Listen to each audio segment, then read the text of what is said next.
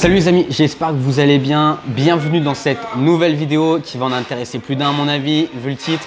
Et c'est pas un titre menteur, je vais vraiment vous en parler. C'est pourquoi les Français devraient investir leur livret A dans les startups. Il faut savoir qu'en France, il y a énormément d'argent stocké en épargne qui ne rapporte que dalle. Depuis qu'on est un petit peu dans le, enfin un petit peu, même beaucoup dans le private equity, dans l'investissement startup, qu'on en parle de plus en plus, j'ai beaucoup de personnes qui me disent Johnny, mais moi j'aimerais bien investir en startup, mais je sais pas comment on fait. Je dis ok, mais tu as un petit peu de patrimoine et en général, à ma grande surprise, les gens ont de l'épargne. Beaucoup de personnes ont de l'épargne qui sont stockés sur des livrets A, sur des PEA, sur des trucs qui ne rapportent pas grand-chose. Et j'ai l'impression que les gens de plus en plus, jeunes ou moins jeunes, veulent investir et veulent participer à l'économie du pays, à développer tout ça. Et ils me disent, tiens, mais c'est bien beau ce que tu dis sur YouTube, avec Max, l'investissement start-up, machin, truc.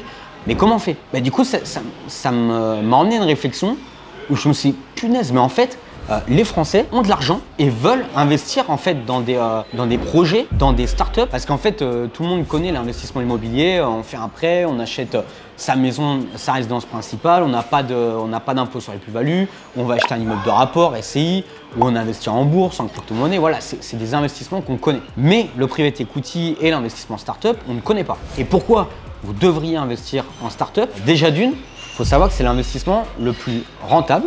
Ça, c'est une source sûre. Et c'est l'investissement le plus stable. Contrairement de ce qu'on croit, où on va me dire oui, mais Johnny, une startup, elle peut vite se casser la gueule. Oui, sauf qu'on n'investit jamais dans une seule startup. On diversifie son risque.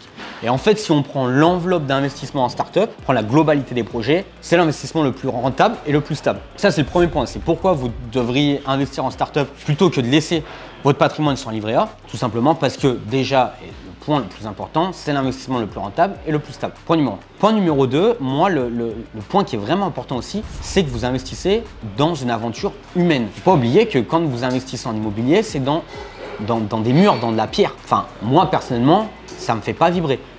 S'il n'y a pas de rentabilité sur de l'immobilier, bon, bah voilà, ça ne me fait pas vibrer. Alors qu'en startup, bah, c'est de l'humain, c'est une équipe, c'est un projet à impact, un projet qui est rentable, un projet où il va avoir des difficultés, qui va avoir des challenges, qui va avoir plein de choses. Et c'est là où c'est intéressant. Donc voilà, le point numéro 2, pour moi, ce qui est important, c'est qu'on investit dans de l'humain, on investit dans un vrai projet. Et ça, finalement, quand on a de l'épargne, on se dit punaise, j'ai mis de l'argent, ça va vraiment servir, ça va aider des personnes, des familles à se nourrir, à développer un projet qu'ils ont réfléchi depuis des années. Et ça, ben voilà, c'est le deuxième point qui est pour moi un des plus importants. Le troisième point aussi qui est important et qu'on ne parle pas assez, c'est que c'est défiscalisable. Savoir quand on investit en personne physique, quand vous allez payer de l'impôt sur le revenu, et ben mine de rien, quand vous investissez dans des startups, selon certaines conditions évidemment, et ben vous êtes défiscalisable sur votre impôt sur le revenu. Donc ça c'est aussi le point super important. Alors que quand vous investissez en immobilier, à part loi Pinel et 2-3 trucs, mais qui, pour ceux qui connaissent, c'est très compliqué et c'est pas forcément ce qui est le plus intéressant, bah forcément, par rapport à l'investissement startup, l'avantage fiscal qu'on a, c'est complètement beaucoup plus gros que l'avantage dans des lois Pinel, etc. Donc finalement, on se rend compte que il y a que des avantages, pas forcément d'inconvénients. Et dans tous les cas, ce que je dis tout le temps, c'est qu'il faut diversifier son portefeuille d'investissement.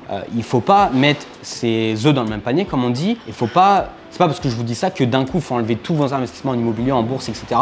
et de se dire, bah ok, bah, Johnny il a dit ça, je mets tout en startup. Non, c'est juste de se dire, ok, j'ai un patrimoine de 20 000 euros, 30 000 euros, 40 000 ou plus. De dire, ok, bah, comment je le répartis. Ça, c'est vraiment l'étape la plus importante au début. C'est vraiment de savoir quel patrimoine on a, quels sont les objectifs à long terme, qu'est-ce que vous voulez faire, quelle rentabilité vous voulez avoir. Parce qu'en fait, il y a beaucoup de particuliers qui disent, ok, j'ai 10 000 euros à mettre, mais au final, ils n'ont pas de vision. Ils savent pas ce qu'ils veulent faire avec ces 10 000 euros.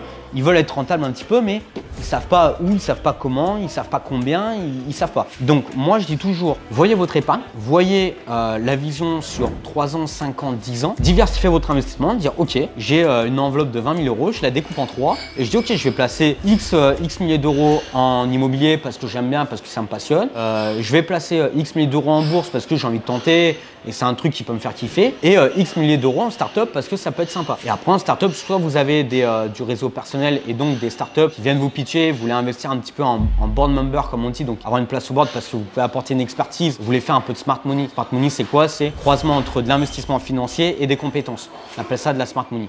Donc c'est souvent des entrepreneurs qui peuvent apporter une plus-value à la startup et ils disent bah voilà, je mets 50 000 euros et je donne 10 000 euros en smart money, donc en compétences. Donc soit c'est votre réseau perso, soit vous avez des plateformes comme des plateformes de crowdfunding, Tudigo et d'autres qui là en fait lisent des projets, vous dites bah moi je mets 1000 euros et j'attends en retour, vous avez des mails, récap, etc.